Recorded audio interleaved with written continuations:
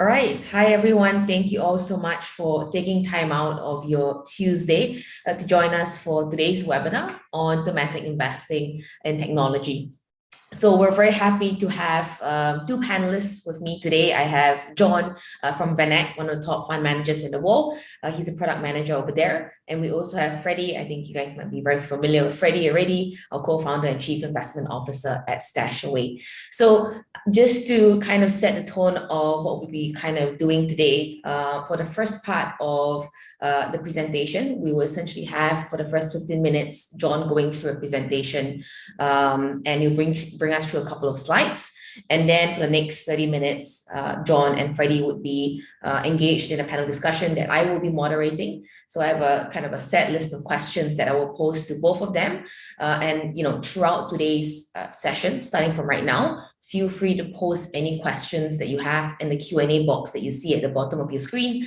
We want this to be as engaging, helpful, and interactive as possible. So post any questions that you have over there, and I will look to moderate it and pose it to the two panelists that we have on the session today.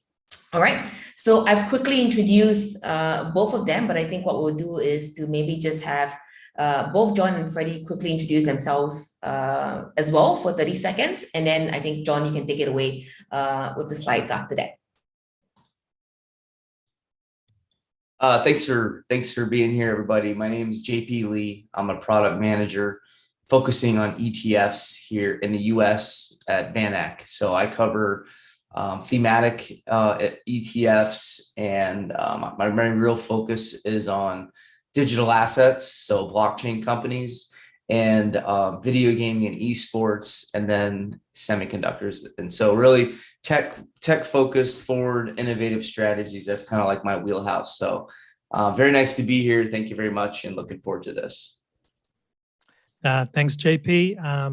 I'm Freddie, a co-founder of StashAway, and thematics is one of the very, very fascinating topic to me personally, and we spend a lot of time researching a lot, and I believe today is just great to have JP here to talk about some of the technical part of the portfolio that's really, really interesting. Semiconductors, for example, is a leading indicator for the economy, the activities there. So stay tuned, it's going to be exciting. For me personally, just glad to be here and to share some of the portfolio perspective in addition to John's. So with that, John, JP, take it away.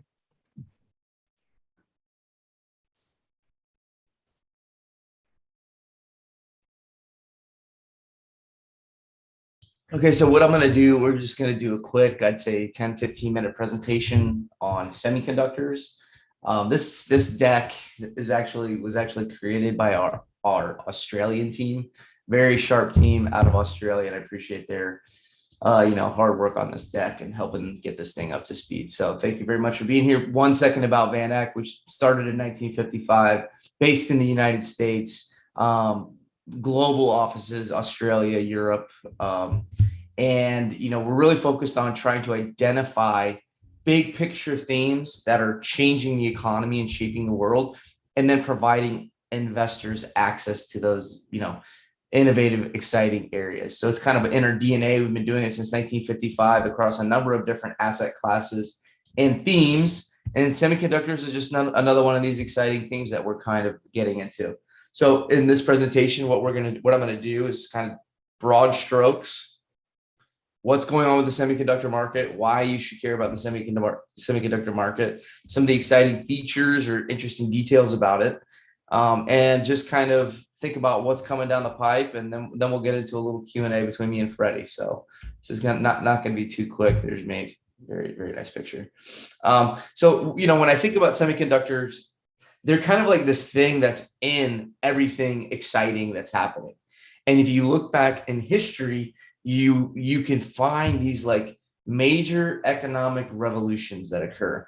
And when these economic revolutions occur in history and right now, they're a lot of times based in technology and dependent and supported on technology for the revolution to occur. So you go back to 1800s, there was this big steam revolution. Steam technology was invented. And so people had these boats where steamboats, where all the boats before that were sailboats. Electricity and all the, innovations of technology that came out of that. And then in the late, 1970s, 1980s, computers became a big thing.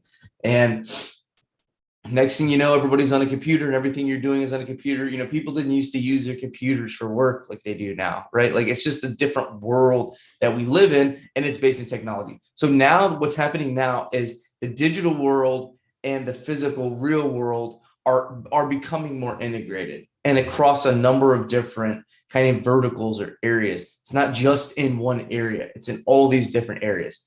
And kind of what's at the heart of this really awesome, exciting stuff, whether we're talking about mobile phone or whether we're talking about cars or whether we're talking about VR and like the metaverse or whatever, semiconductor chips are right in the middle of it, right? These things wouldn't be possible unless it were for semiconductors. And so these companies, these semiconductor technology companies, they are providing the infrastructure and the tools, which is allowing all these exciting developments to take place. So it's kind of like an agnostic bet or play on all these awesome things that are happening. So here's a couple, we can run through them real quickly.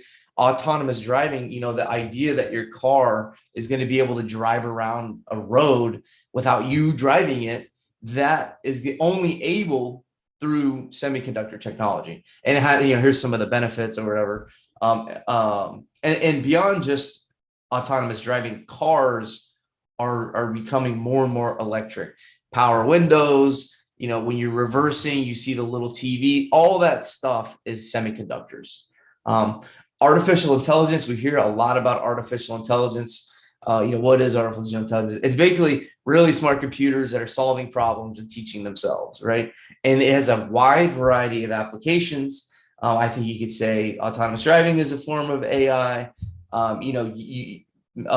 Medical analysis, like the idea that a doctor is going to like look at your X-ray, now all that kind of stuff, a lot of those kind of things are using now semiconductor technology to do their job better across a wide variety of verticals: healthcare, AI, cars, industrials, et cetera, et cetera.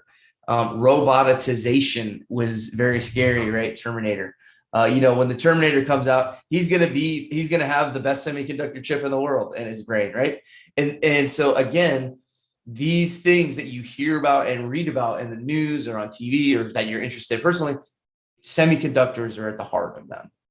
5G, I think, is another kind of tech infrastructure thing. Internet of Things, essentially, when you can turn your refrigerator, check your refrigerator's temperature on your phone and change it and make sure that your refrigerator is talking to your central power system, which is talking to your air conditioning unit. Everything is going to be connected on the internet. Again, semiconductors. And the one thing that's not on here that probably should be, and we just haven't updated the deck, is the blockchain, right? Like blockchain technology, cryptocurrency, all of those algorithms. So blockchain technology is Bitcoin, right? But when you think about Bitcoin and why it's so important and what's going on with it, it wouldn't be possible to do without semiconductors, because semiconductors are the ones that are solving the complex algorithms and getting rewarded, with Bitcoin. So a lot of these Bitcoin mining companies, their whole job is to buy tons of semiconductors,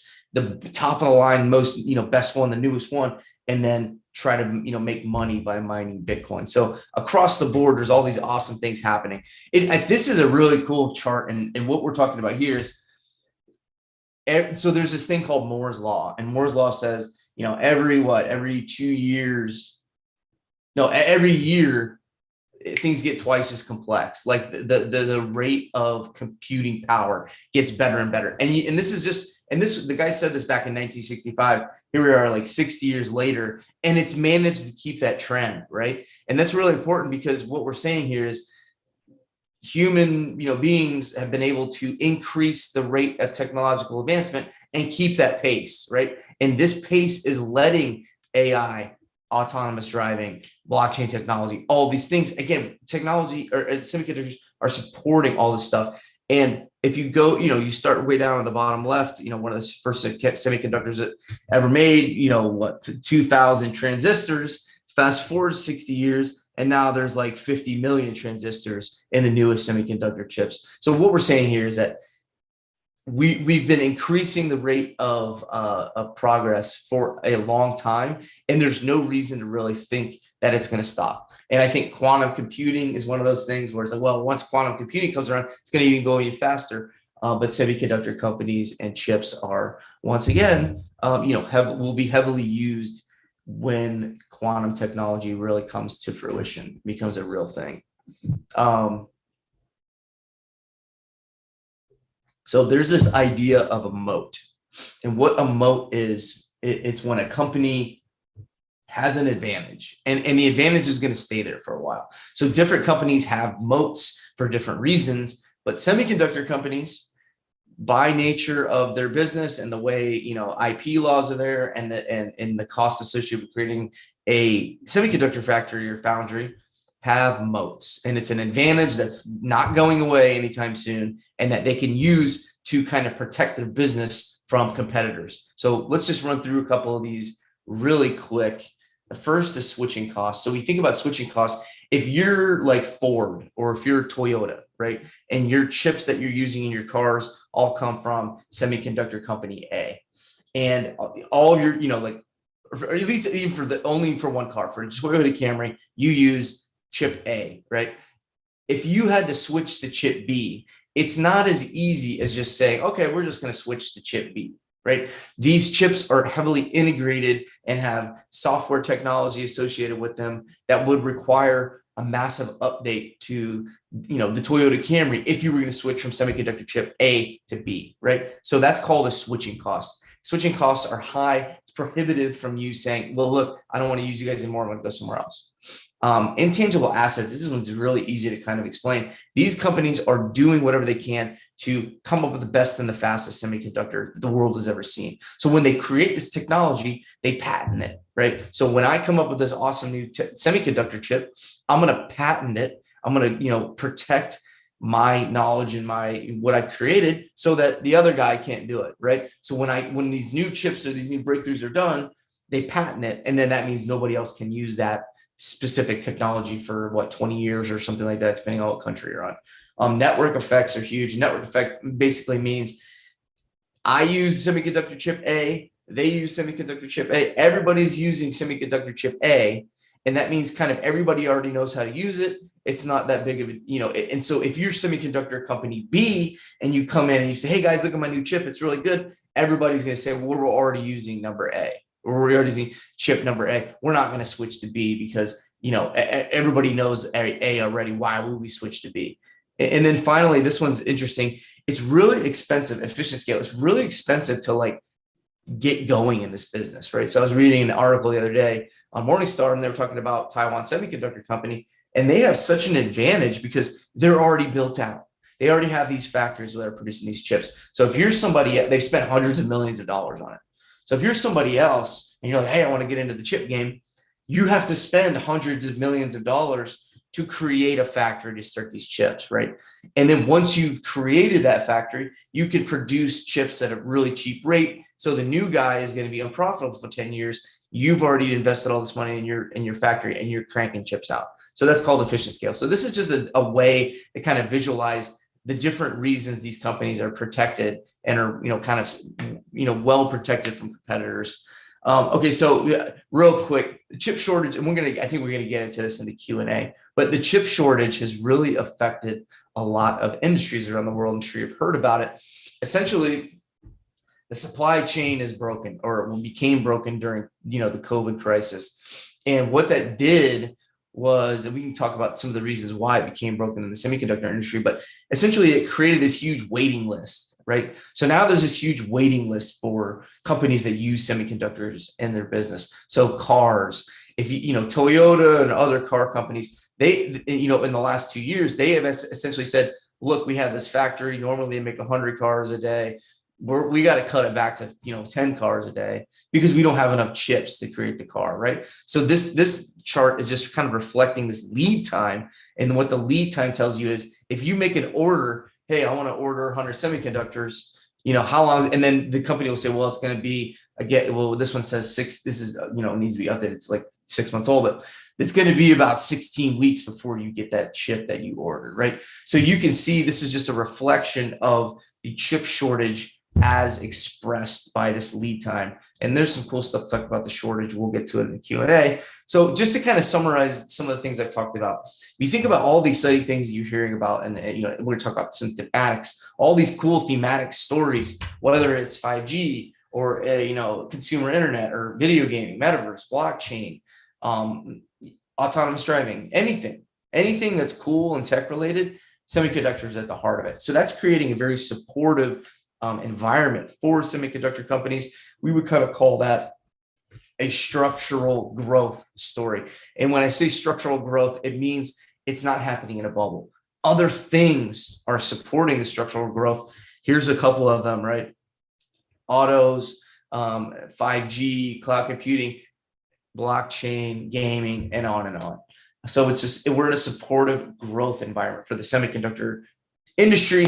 And then finally, the supply shortages are here. And I think I've been reading, a little bit of chatter about, okay, maybe in 2022 they'll be done. But I mean, I think it's a very strong argument that a lot of these semiconductor companies have done very well, in the context of the COVID breakout, and then in the context of the supply chain issue.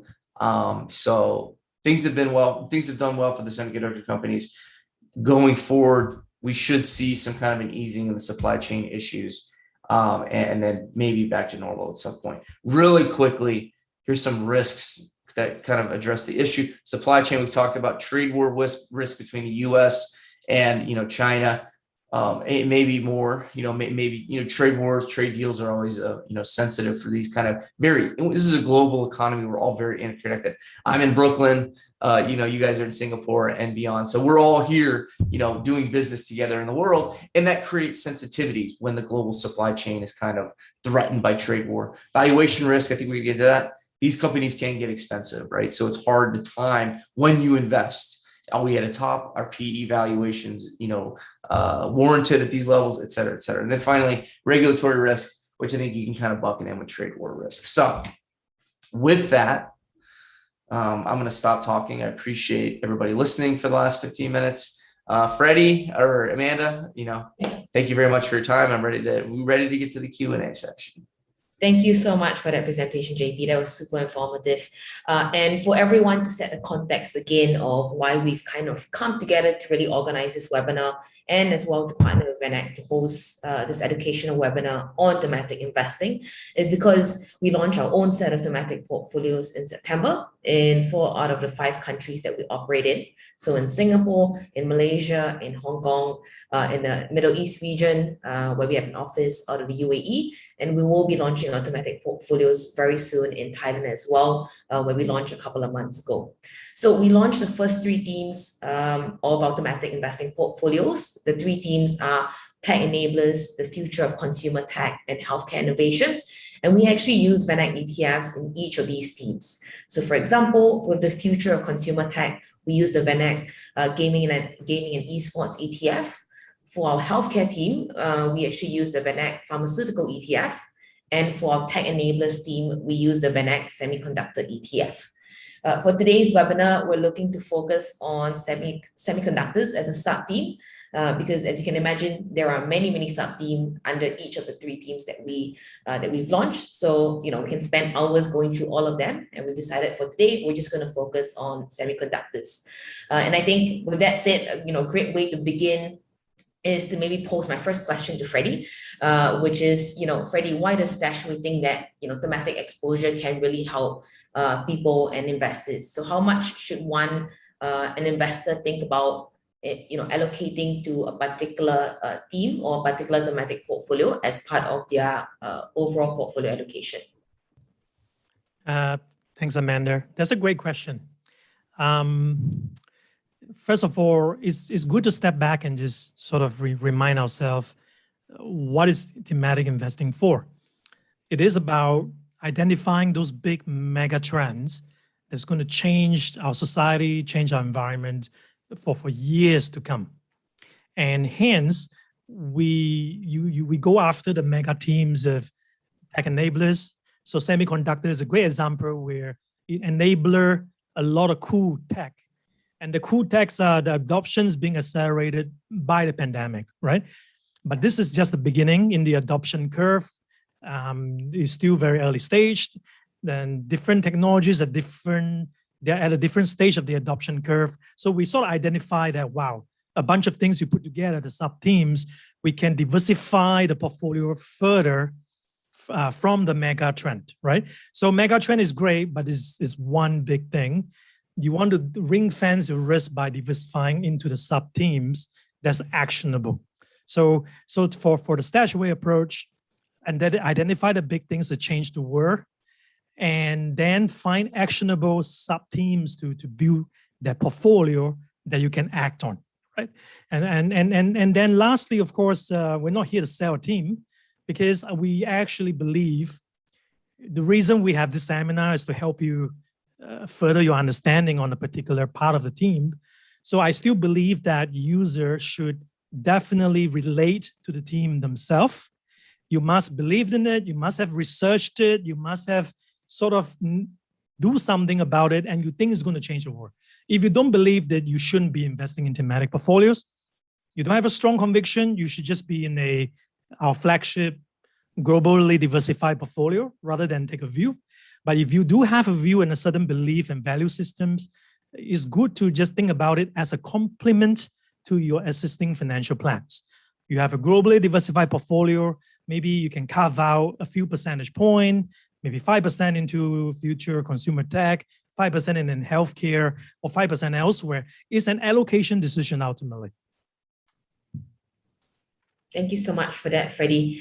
Okay, so now that we've set kind of on a high level how people should think about thematic portfolios as part of their broader portfolio allocation, I have my first question actually already on semiconductors, and I'll pose it to JP, but feel free to add in or jump in, Freddie, if you have any points as well. So we've obviously read quite a bit in the news that there is a lot of supply chain disruptions and issues that are affecting economies around the world. So how is this, specifically affecting, semiconductors as well as the industry as a whole?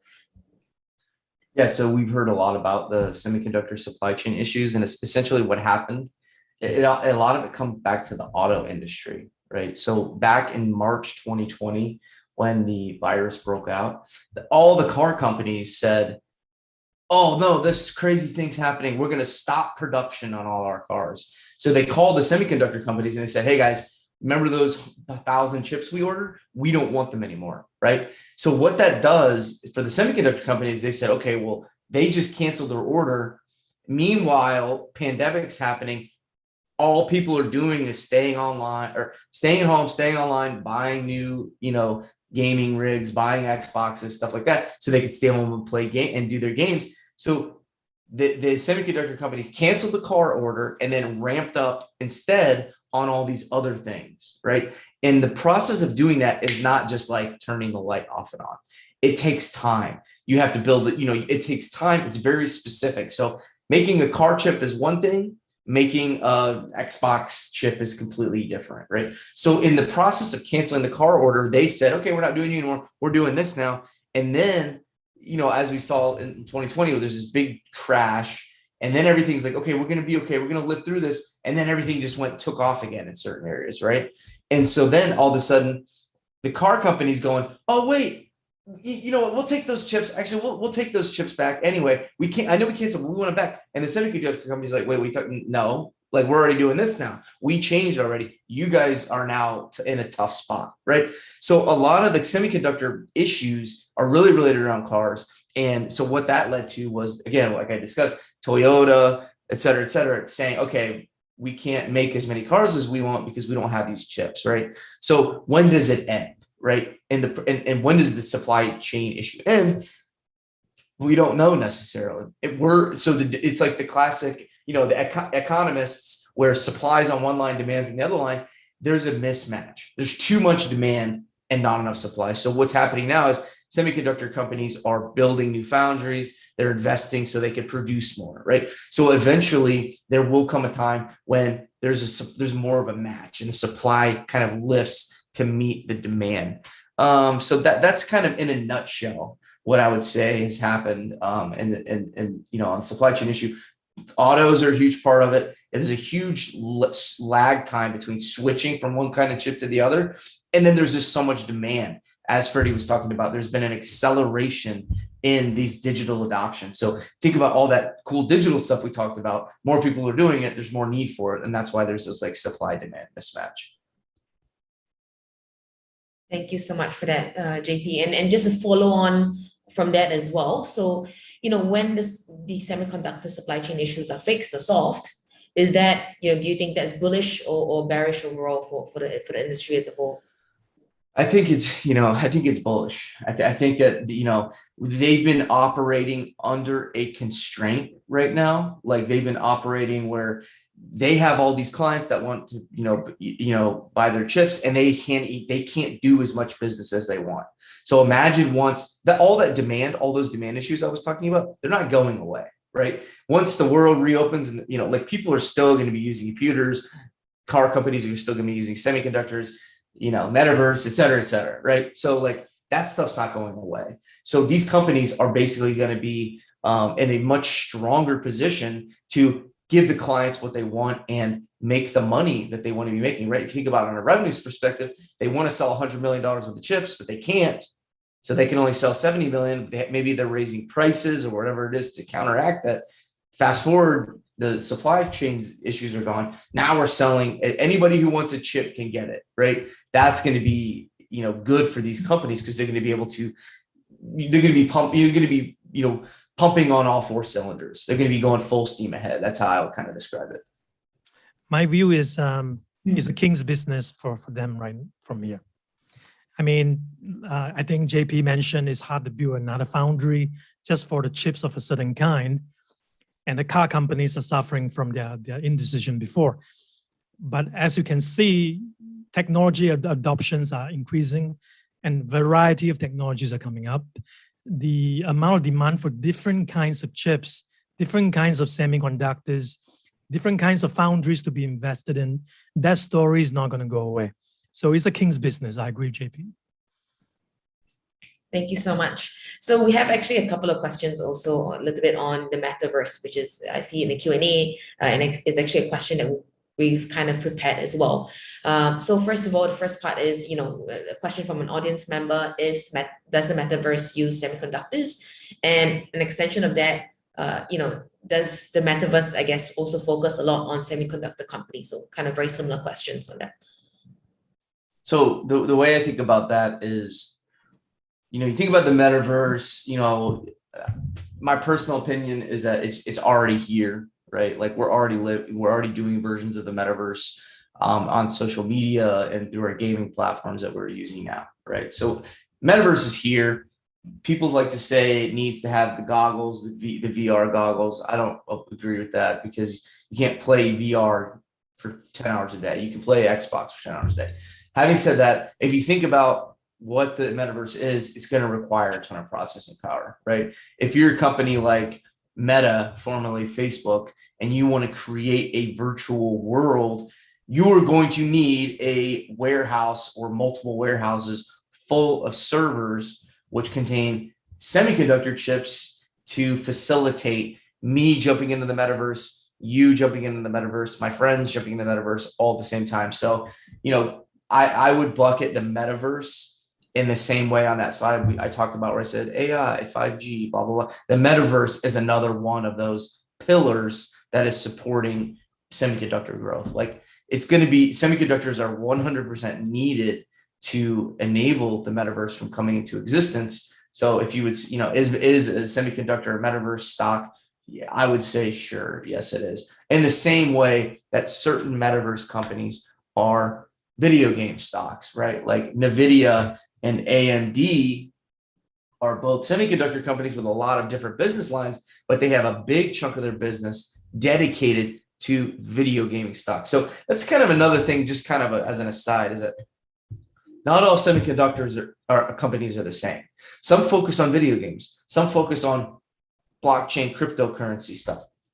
Some focus on driving. So like it's we're sitting here talking about the semiconductor industry and this and that, but like within this universe of semiconductor stocks, there's a lot of variety and a lot of different things you could be doing. So yes, Metaverse is 100% a thing for certain semiconductor companies, if that's what their focus is.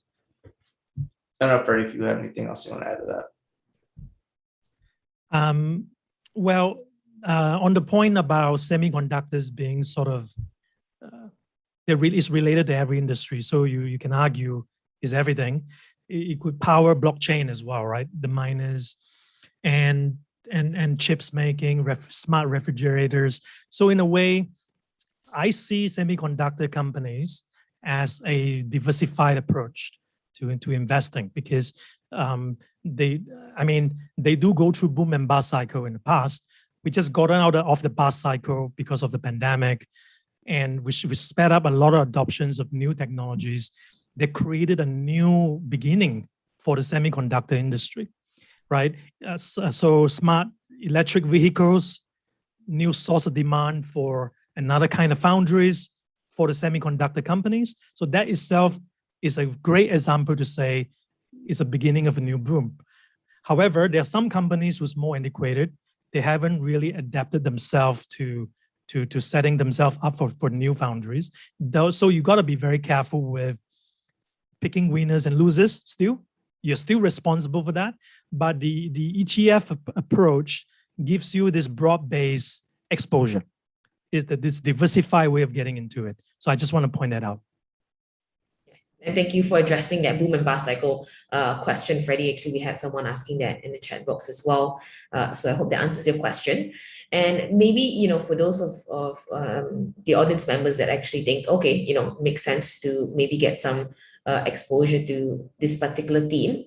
But, on a high level, from a thematic portfolio perspective, do you think it becomes a problem then that some of these, semiconductor companies are actually one of the top holdings when we look at, the thematic portfolios? Do you think that affects the diversification from a total portfolio perspective? And, that's open to both Freddie and JP. Sorry, I've taken the liberty to share the breakdown. Mm-hmm. So this is the breakdown for the first team tech enablers. And I've chosen the highest risk portfolio that's allocating this way. You can see that NVIDIA appears in 3 ETFs, and these are the percentages in the ETF. But once you do a weighting approach, after you multiply these things, NVIDIA is such a critical company, right? Because chips making, high processing power in the blockchain space, is sort of a very diversified business, even though it's just making chips. So in a way, NVIDIA naturally shows up more, but the optics of it repeating itself and sort of, you sort of wonder if your portfolio is diversified. You can sort of look at a portfolio aggregate level, which we do, and you will see that NVIDIA is the highest percentage, which is 4.6%, followed by Tesla 3.8%, and then Coinbase 1.26%. The remaining of the portfolios are all super diversified. That's what it means. Is this too much or too little? It's subjective, but we can use a sort of an extreme approach, right? NVIDIA has gone through its own boom and bust cycle before as well, and its last maximum drawdown was around 52.5 percentage point. Pick the bottom. And so if you say, wow, 4.6%, multiply by 50% on this, you're sort of saying that, wow, the portfolio is incurring an extreme risk of 2.3 percentage point due to NVIDIA alone, right? However, this is an extreme example because this portfolio is the highest risk portfolio. It has a risk allocation of 45%, of which NVIDIA is only 5% of the 45%. So that's what I'm trying to highlight here. It's still a very, very small part of the portfolio. And however, as we mentioned before, I don't know if we mentioned before, StashAway offer a variety of risk points so that people who's concerned about this concentration risk, right? You see, you can sort of, you can see that we got a variety of portfolio based on risk. And as you go down the risk spectrum, the amount of concentration will go down as well. So it's really a function of users' choice of the risk they want in it, and it's part of a financial plan. So I just hope by sharing this screen, we can trigger a discussion. So this is a most extreme case for this portfolio. And then in team 2, there's also some overlapping in the sense that NVIDIA is about 2.55 percentage point for this portfolio that focuses on future consumer tech. And then Tesla is another 2.6. So there's nothing unusual around here. And for the third one, which is healthcare, we don't have it. It's mostly Moderna, BioNTech, and all kinds of healthcare related companies, right? So I will stop the share now just to let JP have a chance to react as well. That makes a lot of sense, Freddie. And that question, you can come at that question from a couple different angles. You can come at it from my angle, where we're coming up with new thematic ideas, and we're trying to come up with an ETF or an index that makes sense. And Freddie kind of mentioned this, and I just kind of want to reiterate. Thematics, the way I think about thematics is you've got your core, you've got your bucket, your main bucket, right? Which is with your global diversified portfolio. So you can participate in a diversified way with the stock market. And then you've got these kind of satellite things, right? And that's where thematic portfolios come in, right? So you could say, I really think semiconductors are great. And Freddie has a great point, is you want to be invested in it, like emotionally. You want to say, I love semiconductor companies because I've done my research and I think they're cool and blah, blah, blah, right? So from my point of view, I want the satellite position, the semiconductor, to be as little like the core as I can, because I want it to do its own thing. I don't want it to be I don't want to have an S&P 500 and then have another S&P 500 out there, because what's the point of having that, right? What I want from that satellite position is uncorrelated returns, which means that when the market goes up, these funds maybe go down, or vice versa, right? You want it to do something different than the main group. And then you want it to go up, right? Like you want it to go up, and you want it to go up more than the broad market. That's why people use thematic portfolios, because semiconductors are a great story, and I think they're going to do great. So you're gonna put them over there in your satellite position, and you hope it goes up, right? That's why you use it. So from my point of view, I don't want NVIDIA in my portfolios, right? And NVIDIA is in, some of our thematic portfolios, but it is what it is. It's because they have so much going on, and they're so important. So you have to balance that, right? If you're going to make a thematic portfolio that makes sense, NVIDIA does make sense a lot of times in these portfolios. But again, Freddie, great point is that, yeah, if we're talking about tech, right? If you pull up your ARCs of the world and your semis of the world, there's going to be NVIDIA in there. If you've got your healthcare sleeve, if you think healthcare is a great idea, NVIDIA should not be in your healthcare sleeve, right? So your strategy has to make sense, and you have to always think about it within the context of the strategy. Does NVIDIA make sense? And then you kind of want to think, and that's how you think about it too, is you level your risk. You have to be honest. Do you have low risk or high risk? And you can't say, well, I know I'm a risky guy. You have to say, well, what happened last time when something bad happened? Oh, I got really freaked out. Maybe I'm a low risk, right? So you have to be honest with yourself. And then that was a great, spreadsheet or tool, Freddie, where you show maybe my tech theme is kind of leaning towards NVIDIA, but as an overall percentage of the bucket, it's only 3%. That's okay. That makes sense. And by the way, my healthcare doesn't have it at all. So that's how, there's a lot of different things you can a lot of different avenues you can walk down, but that's how I think about it. Thank you both so much for that. And Freddie, thank you for sharing the allocation. I think it was very helpful for everyone. But on the back of that as well, since you were talking a little bit about the allocations within thematic portfolios, we have a question here on someone is asking, may I know what is the situation that will potentially, adjust the theme? I guess that's one question. Or maybe more specifically, maybe the re-optimization, it will actually adjust the allocation within a thematic portfolio when that happens. And also, if there are any adjustments, will we inform our clients about it? And the summary is yes. Like any flagship StashAway portfolios, we may from time to time vary the allocations, not just based on the outlook for the industry, but also sort of based on the economic environment. And even if valuation gets a bit dangerous, we would sort of, as you knew, we mixed in a lot of balancing assets that along with the thematic assets. So the highest risk portfolio naturally have a highest component of exposure to the thematics, but The lower risk, actually, you find that you have a lot more protective assets. So it's about getting the risk correct for the user. But however, that can change over time with valuations, with the economic environment, and lastly, with the adoptions curve in the tech. If the tech start becoming more mature, and the best thing is always to somewhat roll back down to the left side, where it's earlier, where the upside is better, where the market is not efficiently pricing those potential. So we will periodically review new ETFs that comes in that gives us X exposure to improve your risk reward in the long term. So that can happen as well over time. 3 reasons to do, like any portfolio on StashAway platform, you will be notified automatically. Thank you for that, Freddie. All right, so let's maybe shift gears a little bit to talk about the broader market. So, a lot of people are a little bit concerned that, maybe markets are priced a little high right now. And in particular, a lot of the growth within tech firms has also kind of been priced in. So do you think this is the right time to potentially invest in, any of these thematic portfolios? Or is it something that's already been priced in? I think thematic aside, as with anything, if you just do an exercise yourself, go back 10 years ago, look at the chart, super scary to enter the market. Now unblock the right-hand side, crazy amount of highs, right? So it's impossible to time the markets, which is why we believe that you should focus on risk first. Okay, what's the right risk level for you? Try to get that right day one. So if I step back a bit, right, the first thing to do is get a risk right. What's a rainy day fund in my personal life I should have before I invest, right? But the amount I decided that I should invest, I need to find the right risk level. And then 3, if you think that you will overreact to short-term corrections, maybe you want to change the way you deploy the money, which is not lump sum in one go.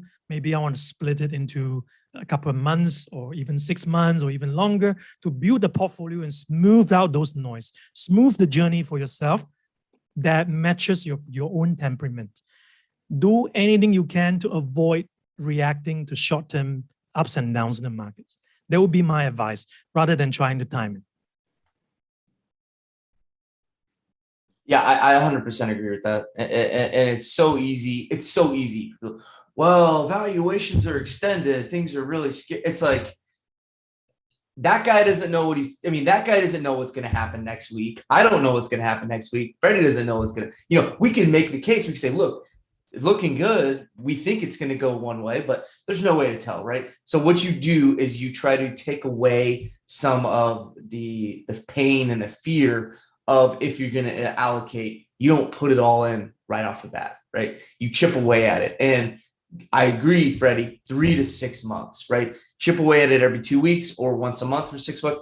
Don't do it for 3 years, right? You don't dollar cost in for 3 years, right? If you're going to make an allocation, it is what it is. You believe in semiconductors, put it in, 20% at a time, right? Because valuations can stay extended forever. That's the truth, is that in this environment where, the central governments around the world have essentially committed, especially in the Western developed world, they've committed to keeping asset prices up. They've supporting asset prices. Last year, the U.S. government was buying corporate bonds, right? The Fed was buying the bonds that were being issued by Apple, right? So the amount of support and liquidity that the government is willing to provide these segments of the economy, to me, is a level of protection that investors have never had. Is it going to go on forever? No, definitely not, right? Something will change at some point. Does that mean it changes in 20 years? Does that mean it changes January 1st, 2022? It's impossible to tell, right? So you got to, our CEO, VanEck, when he's talking about crypto and Bitcoin and stuff, he's like, his kind of way he thinks about it is, you have to get involved and you have to hold your nose and dollar cost average in, because it's painful, because you're like, well, these are evaluations are extended. There's no way to tell how long that can last, and it can last a long time. And just to chime in a bit on the valuation fear, is that we can't use traditional metrics to look at valuations of forward-looking disruptive technologies, because I think JP had a slide where one column says the network effect. The network effect requires a complete different systems of valuation. Cryptocurrencies, blockchains, similar, is about network effects. And the interested reader can find out about McAfee law. Essentially, what it says is that if the network grows, there's a square impact on the value of the network simply because of the interconnectivity and transactions that's been made between the node points within the network.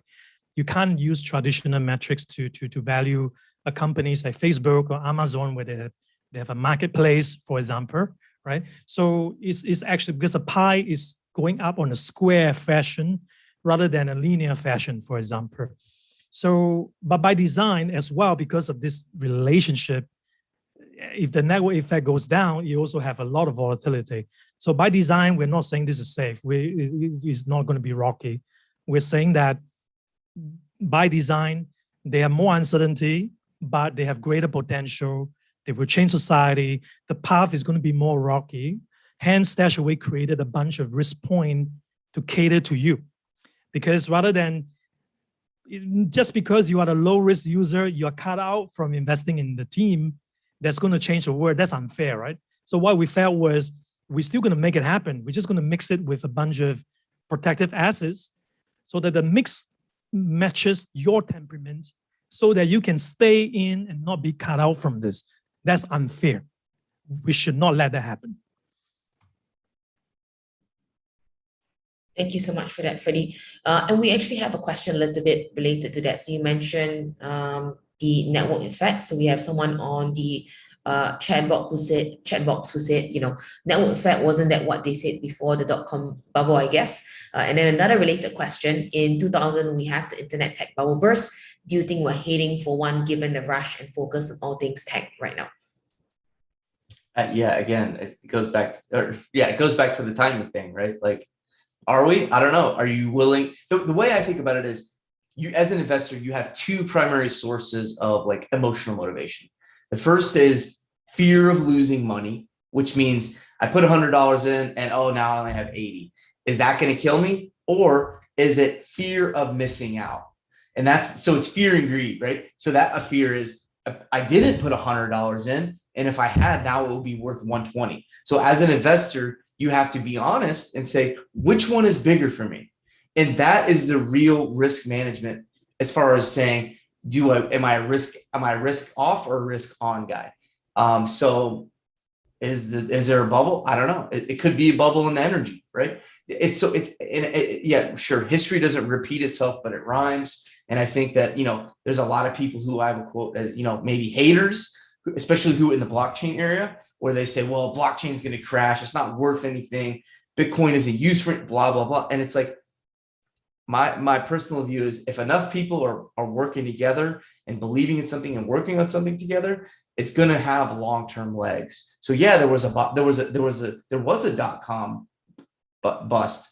And now look what we're doing. We're online. I'm selling, we're online. I'm online. Freddie's online. Everything we're doing is online. So there was a short-term bust, but even if you had invested in the top and some of those, you'd still be doing okay, in my opinion. I have 2 points to add as well, along with the lines of JP. First of all, you think about it as single stock versus a basket.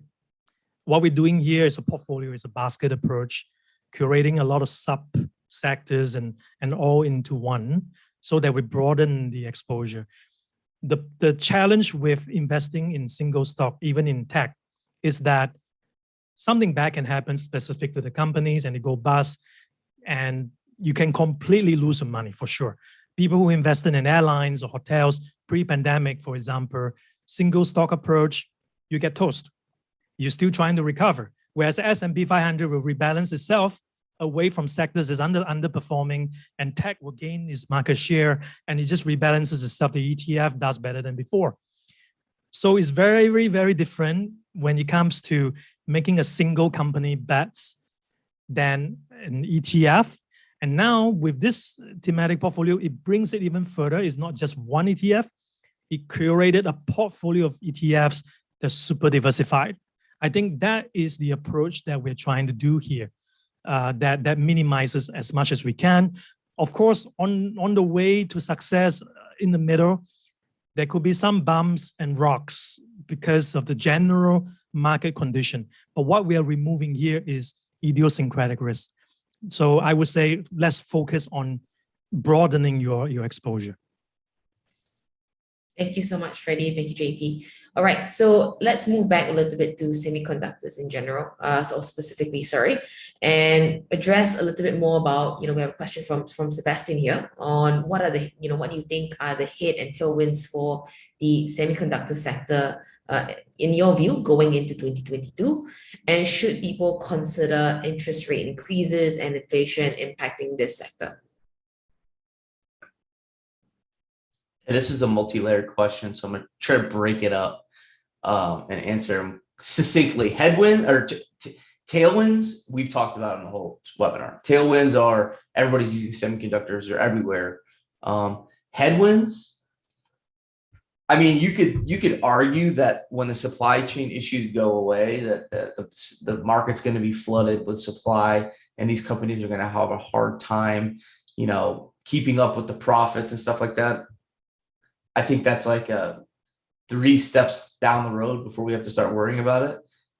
Headwind, I think, would be I think we're still in the solving the supply chain issue part of, the story. So I think that's a headwind. I think the supply chain is still a headwind. They're not able to sell all the chips they want to sell. So that's a headwind. Interest rate increases. I think the way to think, people always say, higher interest rates means lower, growth technology companies, right? Higher rates means their debt's more expensive and it's harder for them to stay profitable, et cetera, et cetera. I don't think that's not true. I just think, again, is our interest rates going to increase? Like, I don't know. People have been talking about it since 2008, right? Like, we're living in a zero interest rate policy world right now. The final thing about inflation, is inflation going to affect the sector? 2-point answer. Number one, sure, if it costs more money to pull out the if rare earth metals go up and they're more expensive, your supply is going to, increase, and that could affect your bottom line. But I think a lot of these technologies are deflationary, right? So using these technologies that the, semiconductors support lowers prices and increases productivity across the board. So that's kind of how I would answer that, is that I'm not personally an inflation bug. Like, I think that the inflation story is transitory and specific to certain segments. If you look at what was driving massive inflation over the last year, one of the main components of that was used car prices, which were because nobody could get a new car because the semiconductor, the car companies weren't, making it. So the inflation story for me even can be picked apart and brought back to semiconductors. So I think tech is deflationary. I'm not an expert on that. That's just my personal point of view. So a lot of questions in there. That's how I would answer that question. I would chime in as well if I can. If I take a step back, you can sort of realize that the pandemic has done 2 things. Number one, yes, it created a lot of new adoptions of technologies, but that actually can be a bad thing for traditional assets because of disruptions. Companies no longer stay in the index for as much long time as before. You have ExxonMobil getting out of the index, and Tesla came in right last year. So that's an example. So for investors, we do need to worry about the impact of disruptions on portfolios, and being invested in disruptive tech, forward-looking tech, innovations, healthcare innovations. These are ways to bulletproof, future-proof your portfolio from disruptions. Now, second piece on inflation, we've done a lot of work while we curate these portfolios. We actually found that disruptive tech innovations are the most efficient way to hedge your portfolio against inflation. Because like I said, if inflation is going to go up because of shortage of chips and semiconductors, own the semiconductors because they are the source of the problem. You are owning the sector that's going to benefit from all these shortages. So they provide a way to reduce inflation, actually, right? Whereas if you just hold on to your standard bond in your portfolio, you get eroded by inflation. Whereas disruptive tech could resolve your problem. So that's how I would think about it. Thank you so much. So we're hitting the hour mark right now. So maybe what we're going to do is just maybe answer one or two more questions. And I think this is perhaps one that would be good to answer since we have JP with us. And we have an audience member who is asking, I'd like to understand how the portfolio construction works at both the thematic portfolio level, which is, I guess, a question for Freddie, as well as the VanEck ETF level. So how do you determine the allocation for TSMC versus Intel, for example?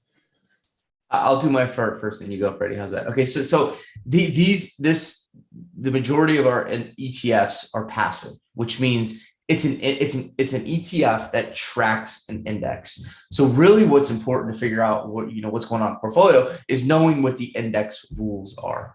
So the index rules for this semiconductor ETF are tracking the NVIS, which NVIS is the index provider, it's our index provider, and the awaiting is awaiting because of the rules, right? So there's rules, portfolio buckets, companies of a certain size into a certain bucket, and then it basically weights the portfolio according to what the market cap of those stocks are as it relates to whatever bucket they're in. It's like large company and small company. From there, we're trying to cover 25 names. So it's a specific rule saying we want the portfolio to have 25 names in it, and depending on what size the company is, this is going to be its weight. And then every quarter it rebalances. So every quarter the index says on the third Friday of the month, and September, June, March, and December, they say, here's what the new weights are based on the market. Boom, we're going to rebalance the portfolio. So there's a set of rules, we follow the rules, and the index in the ETF reflects what those rules are. And on the portfolio side, thanks, by the way, Chi-Hyung. This is a great question. But at a portfolio aggregate level, there's a lot of consideration. We were obviously choosing among ETFs. So what we do was, for example, in the case of healthcare innovations, obviously not going to look at traditional healthcare because this is about the disruptive side of healthcare. So we focus on the sub-teams where you break down this healthcare innovation, which is a big team. You go deep into it and say, wow, genomics is changing the way cancer diseases are cured going forward. Okay, that's one big bucket, right? So you try to find a bunch of ETFs within this category, tracking indices in this category. So we do a peer-based ranking and say, well, what's the tracking efficiency and expense ratio of this ETF, and what's the liquidity profile of each of these in this bucket? And we ideally want to choose the best in terms of liquidity profile, in terms of tracking error behavior. Expense ratio tend to come to the last because a lot of times we don't want to bean count. We want to look at the net performance, right? So you do that for each bucket: immunology, medical devices, health. So the different parts of the healthcare innovation story, right? But however, that's the easy part. Actually, before we even get here, we were surveying a lot of users. We actually got a lot of inputs as well. What we actually looked at 24 teams at least. And we were surveying users, getting opinions, getting a sense of where people think are the big mega trends changing their lives. And so there was this layer of content and curation between our teams in interacting with users, getting feedback. And then those feedback came back to say, well, I want to track this sub-teams. Okay, then the CIO office will go, for this sub-team, I'm going to look at all this ETF, going to choose the best by liquidity, tracking error, and then expense ratio. So there's a certain process. And then number 3 is like when you put it together, we are simulating risks. We're looking at the past historical major drawdowns in each of the components. And when you put them together, can we reproduce a StashAway risk index that's comfortable for a user? So we sort of, as you can see, we curated a range of risk point from 20% SRI to 45. So that's to give you a variety of choices to get to your personal tolerances. So there's a lot of processes that goes on behind the scenes. And so what it's actually iterative. That's what I'm going to try to say. Yeah.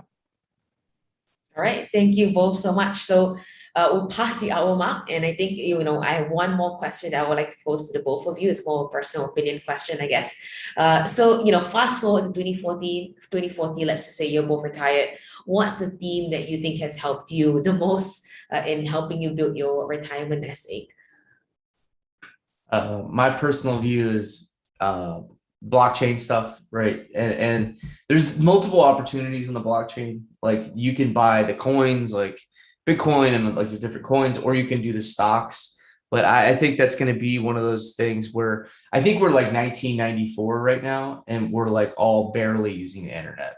And I think over the next 10 years, 20 years, a lot of the things we do on the internet and on our mobile phones are going to transition to blockchain based technology and like Web 3.0 stuff. I don't know if anybody's, you get into that. Google Web 3.0 and Google like Web 3.0 and Metaverse stuff, I think is just going to be this massive growth opportunity that I hope to participate in. So that's what my future is tied to, in my opinion.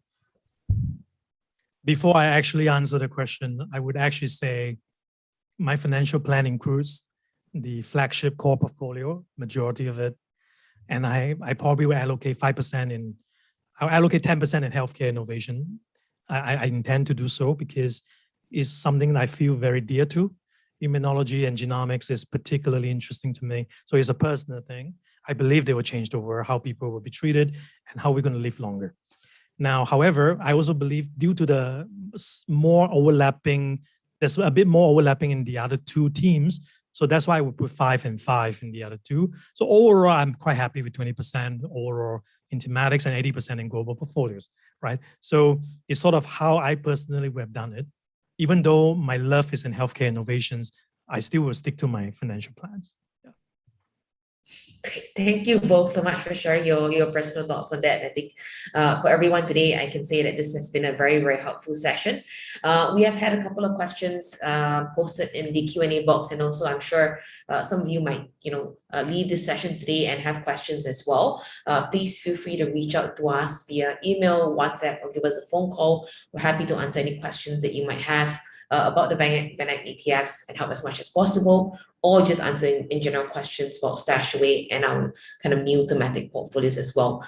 And I wanted to finally take this opportunity to really, really thank JP. Thank you so much for joining us for this session today. I know it's very, very early in the morning for you. So thank you so much for getting up so early and joining us for this session. And thank you, Freddie, so much again, as always, for joining us on this panel. I hope it was helpful for all of you. Have a great rest of your Tuesday evening ahead. And thank you so much.